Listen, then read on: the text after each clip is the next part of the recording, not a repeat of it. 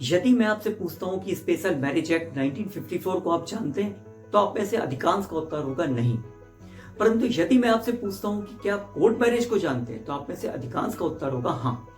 Court marriage एक ऐसा शब्द जिसके मायने है कि यदि लड़का और लड़की राजी है तो कोर्ट में मैरिज कर सकते हैं, और जिस कानून के तहत वो मैरिज करते हैं उसका नाम है स्पेशल मैरिज एक्ट 1954। अनंत यात्रा की इन्वेस्टिगेशन सेक्शन में आपका स्वागत है। मैं डॉक्टर विजय दीज। दो भारतीय नागरिक जिस कानून के तहत मैरिज के बंधन में बंधते हैं उसका नाम है स्पेशल मैरिज एक्ट 1954। इसके लिए आवश्यक है कि लड़के की उम्र 21 वर्ष होनी चाहिए और लड़के की उम्र 18 वर्ष होनी चाहिए। हाल ही में अंग्रेजी अखबार हिंदुस्तान टाइम्स में एक खबर प्रकाशित हुई जिसके अनुसार कोर्ट में जिस कानून के तहत मैरिज संपन्न होती है आज उसी कानून पर एक सवालिया निशान लगा दिया गया है। जी हां, केरल की एक महिला जो कानून का अध्ययन कर रही है उसके द्वारा सुप्रीम कोर्ट में एक याचिका दाखिल की गई है जिसमें कहा गया है कि मैरिज करने वाले जोड़ों की निजता और समानता के अधिकार का इस कानून द्वारा उल्लंघन किया जा रहा है, हनन किया जा रहा है। आज हमारे बीच में विषय विशेषज्ञ के रूप में बरकतुल्लाह विश्वविद्यालय भोपाल की विधि विभाग की विभागाध्यक्ष डॉक्टर मोना पुरोहित होंगी, लेकिन उससे पहले एक रिपोर्ट। अनंत यात्रा की टीम द्वारा एक ऑनलाइन सर्वेक्षण कराया गया जिसमें इस कानून और इससे जुड़े कुछ खास मुद्दों पर सवाल पूछे गए, जिसमें सबसे ज्यादा छात्र छात्राओं ने भाग लिया जिनका कुल प्रतिशत था 31, और सबसे ज्यादा उत्तरदाता हमारे बीच से 21 से 30 आयु वर्ग के, इनका प्रतिशत था 48.3। इनसे पूछा गया कि कोर्ट में किस तरह की शादियां होती हैं तो 17.2% का मानना था कि अरेंज मैरिज होती है, जबकि 17.2% का मानना था कि लव मैरिज होती है, और सबसे ज्यादा 65.5% उत्तरदाताओं ने माना कि अरेंज और लव दोनों तरह की शादियां कोर्ट में हो सकती है। उनसे पूछा गया क्या ये कानून लड़का लड़की के निजी अधिकारों का उल्लंघन करता है। इसमें 44.8% उत्तरदाता मानते हैं कि हाँ, उल्लंघन होता है, जबकि 31% का मानना था कि ऐसा कुछ नहीं है। पता नहीं कहने वालों की संख्या 24.1% थी। फिर उनसे पूछा गया क्या इस लॉ में, इस कानून में सुधार की जरूरत है। 55.2% का मानना था कि सुधार होना चाहिए, जबकि 10.3% का मानना था कि सुधार की कोई गुंजाइश नहीं है। शायद इसमें सुधार होना चाहिए, ऐसा कहने वालों की संख्या थी 34.5%। आज हमारे बीच एक शिक्षाविद, विधिवेत्ता और इन सबसे भी ज्यादा एक मार्मिक महिला जो सभी के दुखों को बांटती हैं और समाज में बच्चों तथा महिलाओं के प्रति होने वाले अत्याचारों के विरुद्ध न सिर्फ कानूनी सलाह देती हैं बल्कि एक उदाहरण प्रस्तुत करती हैं कि विधि हमारे लिए, उससे डरना नहीं है बल्कि हमें उसमें जीना है। जी हाँ, ऐसी महिला, सशक्त महिला का नाम है प्रोफेसर मोना पुरोहित, जो पीएचडी और एलएलडी यानी कि पोस्ट डॉक्टरेट इन लॉ है। एग्जीक्यूटिव मेंबर हैं बरकतुल्लाह यूनिवर्सिटी में, dean faculty of Barkatullah university, साथ में एचओडी तो हैं ही। आपकी कई पुस्तकें हैं और अनेकों लेख हैं जिसके माध्यम से आपने समाज में कानून को स्थापित किया है, कानून की वकालत की है, वो भी अपनी लेखनी के माध्यम से। इसीलिए आपको life time golden achievement award 2020 मिला हुआ है, जो कि social and legal research foundation Banaras की ओर से दिया गया। आपको साहित्य शिक्षा रत्न अवार्ड इंटरनेशनल फ्रेंडशिप सोसाइटी द्वारा दिया गया। Best teachers award lions club Bhopal की तरफ से दिया गया। सेवा सम्मान रानी दुर्गावती विश्वविद्यालय जबलपुर की तरह से दिया गया। अगर मैं इसको पढ़ने लगा तो शायद पूरा दिन बीत जाएगा और ये लिस्ट समाप्त नहीं होगी। आइए हम सीधे उनसे कुछ सवाल जवाब करते हैं। मैम, आपका बहुत बहुत स्वागत है अनंत यात्रा में। स्वागत है। और आज 21वीं सदी में स्पेशल मैरिज एक्ट 1954 जी क्या अपनी महत्वपूर्ण भूमिका निभा रहा है? चलिए, बहुत ही बढ़िया प्रश्न के साथ आपने इस कार्यक्रम का आगाज किया है। जैसा आपने बोला, विशिष्ट विवाह अधिनियम या जिसको आप स्पेशल मैरिज एक्ट बोलते हैं, ये भारतीय समाज की उस विशेषता को उजागर करता है जब हम बात करते हैं कि भारत विभिन्नता में एकता का एक देश है। इस विभिन्नता में एकता की बहुत ही अचूक पहचान इस अधिनियम के द्वारा आपको दिखाई देगी, क्योंकि कितने भी अंतर जाति या अंतर धर्म के जो विवाह हैं उनकी परमिशन इस एक्ट में मिलती है। नहीं तो सामान्यतः हम क्या देखते हैं, अलग अलग धर्म और अलग अलग जातियों के लिए अलग अलग आपको विवाह के भी अलग नियम मिलेंगे। उसके अलावा उनके जिस तरीके से चिल्ड्रंस का अडॉप्शन है, लेजिटिमेसी, सब कुछ अलग, सक्सेशन के लॉ देखें वो अलग। लेकिन ये एक जुड़ाव वाला एक्ट है, एक वो धार है जो कितने भी विभिन्न जातियों के लोगों को एक जगह ला देती है। केवल उसके लिए एक ही परिभाषा काफी है कि वो भारत का नागरिक है, अर्थात हर भारत का नागरिक जो कि मैरिज या शादी के लिए बाकी एलिजिबिलिटी आयु वगैरह सीमा पूर्ण करता है, वो इस अधिनियम के अंतर्गत शादी करने के लिए सक्षम है। और यही शायद 21वीं सदी जो आपने बात करी कि आज की महती आवश्यकता, आज उन धर्मों की चीजों से, उन जाति बंधनों से हम बहुत ऊपर आ चुके हैं, और वहां शायद इस एक्ट की भूमिका को बहुत अच्छे से देखा और समझा जा सकता है। हाँ, थैंक यू मैम। अगला क्वेश्चन मेरा ये कि स्पेशल मैरिज एक्ट 1954 की धारा 6 और सबसेक्शन 2 की चर्चा सबसे ज्यादा होती है, आखिर क्यों? इसका बहुत क्लियर अगर हम देखना चाहें कि क्यों धारा 6 और उसका सबसेक्शन 2, उसको जानने के पहले थोड़ी सी सामान्य प्रक्रिया अगर हम इसमें अपने दर्शकों का ध्यान आकर्षित करें तो क्लियर हो जाएगा कि अगर आप धारा 5 से लेके आगे तक 14-15 तक जाते हैं, वहां आप एक पूरी प्रक्रिया को देख पाते हैं कि विशेष विवाह किस तरीके से होगा, उसकी प्रक्रिया क्या होगी। तो उसमें प्रक्रिया में बताया गया है कि पहले जो भी व्यक्ति इंटेंडेड मैरिज जो चाहता है, इच्छुक व्यक्ति हैं, दोनों पार्टी में से कोई भी एक पार्टी 30 दिन के पहले, लोगों को एक और गलत फहमी जो मैं यहाँ क्लियर करना चाहूंगी, 1 महीना, देखिए लॉ 30 दिन और 1 महीने में अंतर है। अगर आप बोले फरवरी का महीना है 28 दिन का है तो यू विल नॉट अलाउड, तो you have to be very particular. तो 30 दिन पहले कोई भी इंटेंडेड पार्टी जो भी मैरिज का ऑफिसर है उसको, जहां पे डिस्ट्रिक्ट में रहता है, वहां एक आवेदन देता। अब जो 6, 1 और 2 में आपने जो बात बहुत मूल रूप से पकड़ी, क्यों 6, 2 ही, तो 6 एक तो सामान्य बात करता है कि आपके पास जैसे ही मैरिज ऑफिसर के पास आया वो उसको रजिस्टर्ड में एंट्री कर लेगा। लेकिन 6(2) जो बात करता है वो ये बात करता है कि मैरिज ऑफिसर जो है उस नोटिस को पब्लिश करेगा, चस्पा करेगा उसके एरिया में, जहां पे है मैरिज ऑफिसर के बाहर एक विजिबल एरिया है, वहां पे वो चस्पा करता है। और उसका एक पर्टिकुलर उद्देश्य है कि ऑब्जेक्शन मंगाना कि कोई व्यक्ति यदि समाज में ऐसा है जिसको इस बात से आपत्ति है कि जिन लोगों के बीच विवाह होने जा रहा है वो किसी भी कारण से उस विवाह के योग्य नहीं है, उनकी पहले से कोई पत्नी या पति जीवित है, या उनके बीच डिवोर्स नहीं हो पाया है, या उनकी आयु सीमा का बंधन इस तरीके के कुछ है, या एक बहुत बड़ी इस एक्ट के अंतर्गत भी देखेंगे सपिंड, ये कुछ जो कंडीशंस दी हैं उसमें सपिंड रिलेशन नहीं है। जैसे कुछ जातियों में नहीं माना जाता, मुस्लिम वगैरह में है तो उनके बीच है तो उसको नहीं, तो कहाँ पे उस चीज में कोई सपिंड रिलेशन, तो इस तरीके की कुछ और।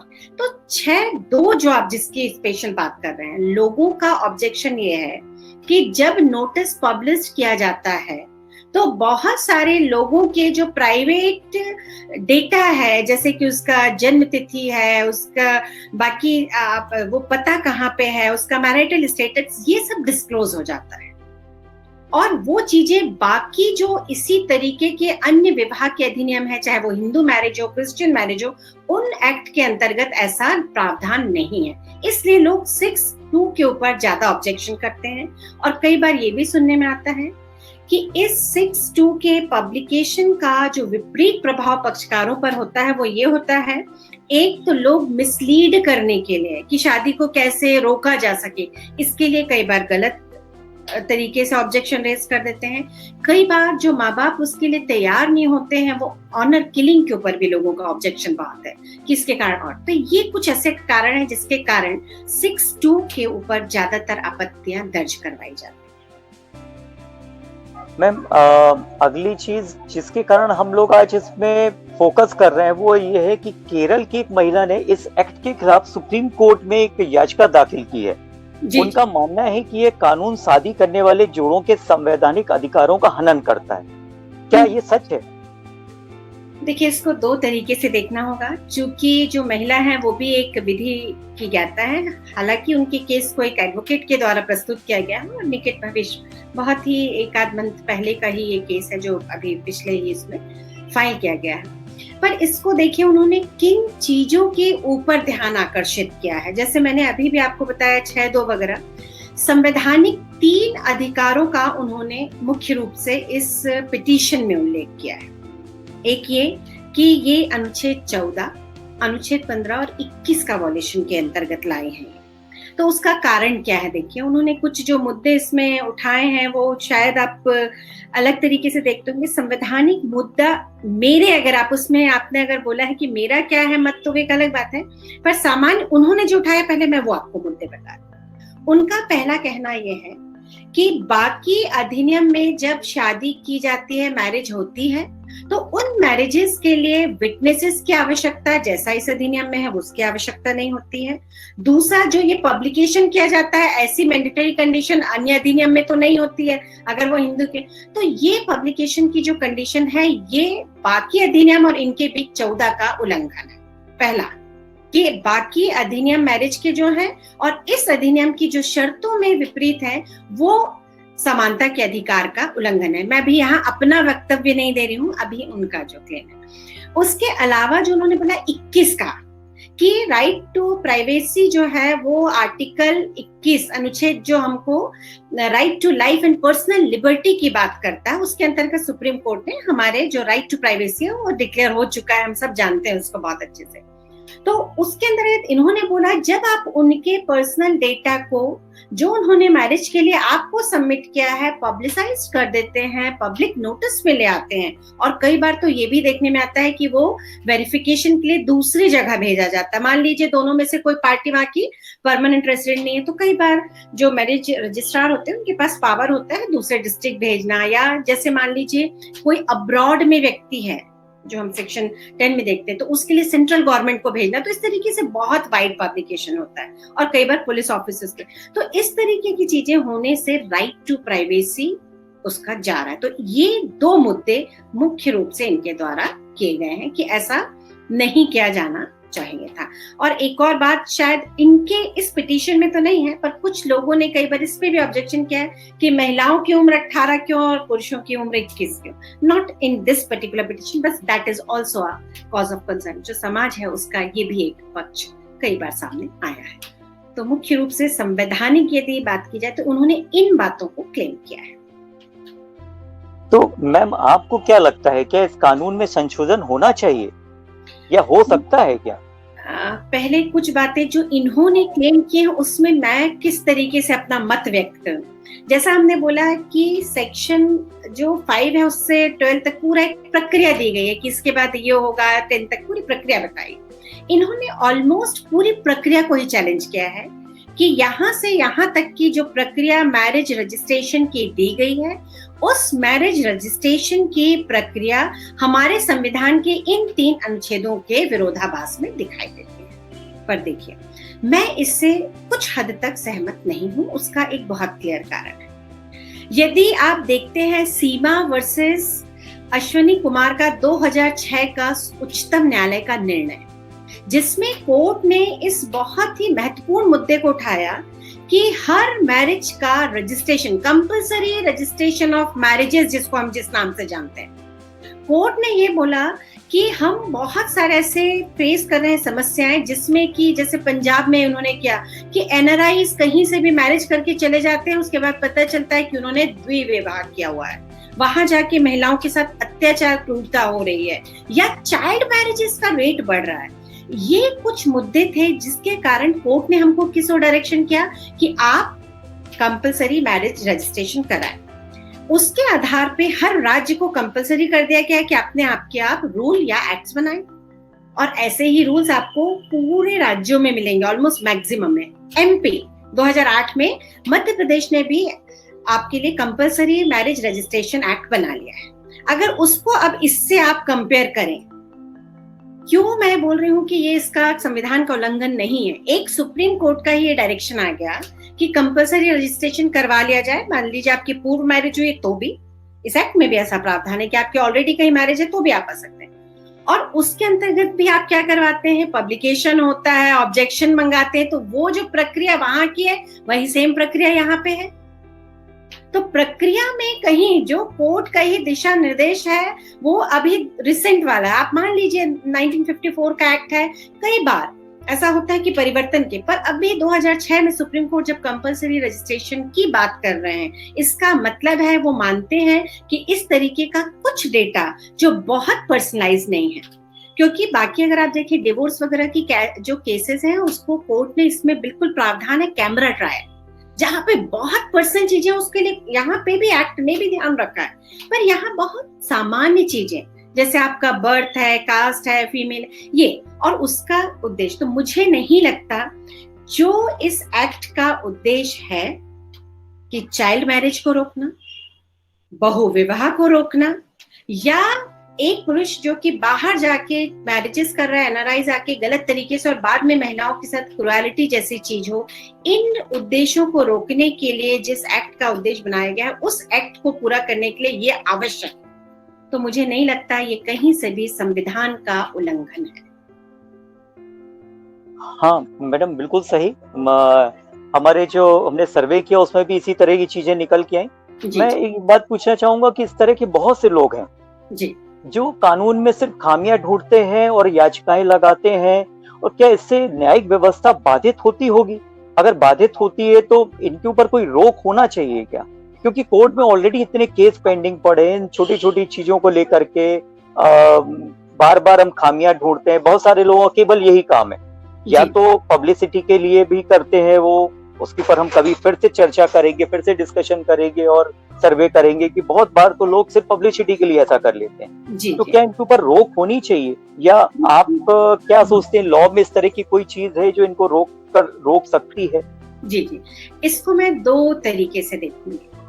एक, अगर ऐसे लोग नहीं होंगे, इनको कुछ लोग वाकई ही जागरूक नागरिक के रूप में होते हैं, जो ऐसा बहुत संभव है कि जब लॉ बनाया गया था उस समय या तो प्रॉपर पब्लिक ओपिनियन नहीं आ पाया है, इस कारण से कुछ लॉ में ड्राफ्टिंग में कमियां रह जाएं, एक संभावना। दूसरी संभावना है कि परिस्थितियां कुछ नई उत्पन्न हो जाएं, और उन नई परिस्थिति, क्योंकि विधि और समाज एक दूसरे के साथ पूरक में चले, तो समाज के परिवर्तन के हिसाब से कई बार हमको परिवर्तन देखना आवश्यक हो जाता है। जैसे अभी हमने ट्रिपल तलाक जैसी चीजें भी देखी। तो ऐसे बहुत से मुद्दे हो सकते हैं, तो कुछ जागरूक नागरिक हो और इस तरीके के मुद्दे लाएं, वो एक बात है जो कि सकारात्मक सोच है। पर इसका जो दूसरा पहलू जिसके ऊपर भी आपने ध्यान आकर्षित किया कि कुछ लोग कुछ गलत उद्देश्यों की प्राप्ति के लिए इस तरीके के केस फाइल करते हैं, तो यहाँ तो दो तरीके के बैरियर मुझे दिखाई देते हैं। सबसे पहला बैरियर कि जब ऐसा मुद्दा कोर्ट के सामने आएगा तो आप और हमसे पहले कोर्ट उसको फर्स्ट हियरिंग में भी ये डिस्पोज ऑफ कर सकता है कि इस केस में कोई मेरिट नहीं है। जैसा मैंने अभी आपको उदाहरण बताया कि जब कोर्ट ने ही अपने एक जजमेंट में कंपलसरी मैरिज रजिस्ट्रेशन की बात की है और उसके अंतर्गत ऐसे पब्लिकेशन और पूरी प्रक्रिया वही चल रही है, और इस तरीके की एक नई एप्लीकेशन को एंटरटेन करने के पहले कोर्ट के सामने अपना खुद का जजमेंट होगा, तो शायद तो उससे कोर्ट का जो एक लंबा समय है वो बच सकता है। तो हम दूसरी बात जो आपने बताया कि इस तरीके से बिल्कुल आपने क्लियर किया है कि इससे कोर्ट के केसेस में बढ़ोतरी होगी और अननेसेसरी कोर्ट का समय जो है उसमें लगेगा, पर अगर एक भी पक्ष उसका सुधारात्मक हुआ तो बेनिफिट। तो ये मुझे लगता है पूरी तरीके से न्यायालय की सक्षमता जो है, जिस तरीके से न्यायालय अपनी फर्स्ट सेकंड हियरिंग में इसको डील करेंगे, इसको एंटरटेन करना है या आगे नहीं ले जाना है, ये ही एक पैरामीटर हो सकता है जहां पे रोका जा सकता है। दूसरी बात, हर जगह न्यायालय का एक नियम है कि जब भी कोई व्यक्ति आए वो स्वच्छ हाथों से न्यायालय के समक्ष आएगा। खुद गलत है, कुछ गलत काम के साथ नहीं आए तो वो भी एक आधार बन सकता है कि वहां पे भी रोक लगाई जा सकती है, पर एक कोई स्पेशल लॉ नहीं है कि आप ऐसा केस नहीं ला सकते। कोर्ट जो है वो लगा सकता है, कोर्ट का डिस्क्रिप्शन मैं बोलूंगी इसमें महती भूमिका निभा सकता है। हाँ मैम, हम लोगों ने, हमारी पूरी टीम ने करीब 7,250 लोगों को व्हाट्सएप, टेलीग्राम और ईमेल के थ्रू गूगल फॉर्म भेजे, जिसमें से सिर्फ 580 लोगों ने हमको रिस्पांस दिया। मतलब ओवरऑल 8% लोग इसमें शामिल हुए। तो मुझको ऐसा लगता है कि हमारे देश में आम आदमी तक लॉ की पहुंच बहुत कम है। इसके लिए क्या स्कूली शिक्षा में अगर हम लॉ को अनिवार्य कर दें तो क्या रहेगा, कैसा लगता है? क्योंकि अभी लॉ की पहुंच नहीं है, जबकि बेसिक चीजें हैं, हर किसी को पता होना चाहिए, लेकिन लोग इसमें इन्वॉल्व नहीं होते हैं। बिल्कुल, जैसा आपने बात करी कि अज्ञानता, क्योंकि ignorance of law is of no excuse. आप कोई भी व्यक्ति ये नहीं बोल सकता कि मैं पढ़ा लिखा नहीं हूं इसलिए मुझे नहीं पता चोरी करना अपराध है। ये उसकी भूल क्षम्य नहीं है। न्यायालय बोलेगा आपने चोरी की, आप अनपढ़ थे, नहीं पढ़ सकते थे, ये कोई प्ली नहीं होता।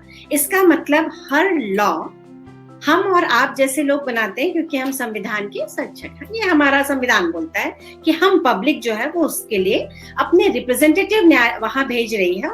तो लॉ की समझ और ज्ञान होना बहुत आवश्यक है। पर जैसा आपने अभी आंकड़े बताए कि 7,500 जो फॉर्म्स भेजे, उसमें से 500 कुछ फॉर्म्स आना, 8% जो रिस्पॉन्स मिलना अपने आप में बता रहा है दो चीजें।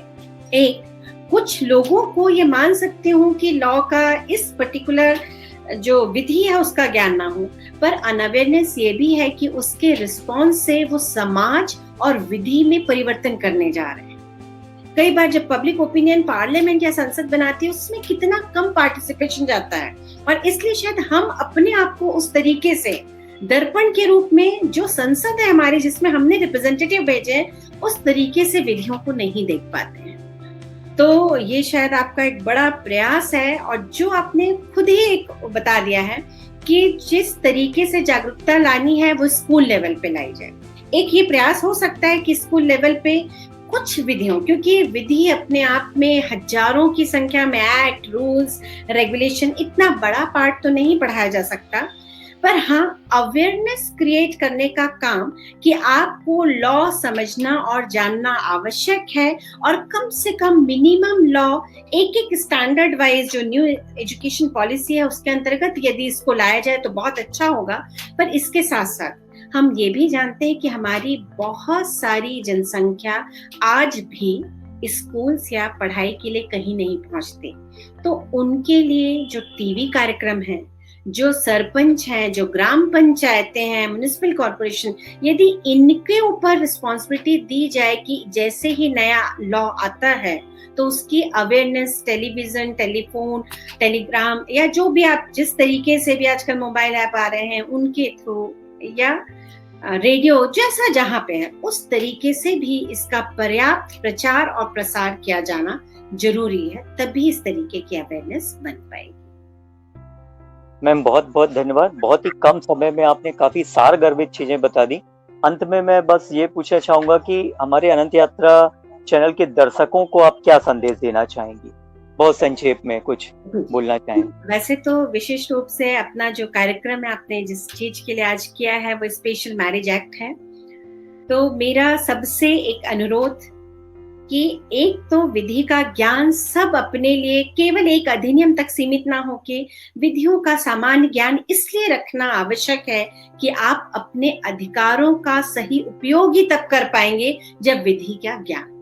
अदरवाइज आपके अधिकार कितने भी हैं वो किसी भी उपयोग के नहीं है। दूसरी बात, स्पेशल मैरिज एक्ट जो है इसके अंतर्गत या compulsory registration of marriage act के अंतर्गत रजिस्ट्रेशन ऑफ मैरिज आपके लिए एक बहुत बड़ा आधार है उसके लिए जाइए। आप अपने अपने बच्चों की लेजिटिमेसी, उनके सक्सेशन, उनके उत्तराधिकार, डिवोर्स, हर तरीके के राइट्स को कर पाएंगे। तो यही मेरा वो है कि विधि का ज्ञान अपने आप अर्जित करते रहें। हाँ, ये आपने बिल्कुल सही कहा मैम। जब मैंने लोगों से पूछा कि स्पेशल मैरिज एक्ट 1954 को क्या आप जानते हैं, जी। तो इन जनरल लोगों का उत्तर था कि नहीं। जब मैंने उनसे पूछा कि कोर्ट मैरिज जानते हैं, तो हाँ हाँ, अच्छा, इसके बारे में आप पूछिए, जी। ये था। जी। तो इसके साथ ही मैम आपका बहुत बहुत धन्यवाद, आपने अपना अमूल्य समय दिया। मैं चाहूंगा कि आगे भी इस तरह किसी प्रोग्राम में हम फिर से मिलेंगे। धन्यवाद। थैंक यू, धन्यवाद दीक्षित, आपका बहुत बहुत धन्यवाद। मुझे आप यहाँ अपने कार्यक्रम में बुला के अपने वक्तव्य या मेरे विचारों से जनता या आपके आम लोगों तक मेरी विचारों को व्यक्त करने के। थैंक यू, धन्यवाद।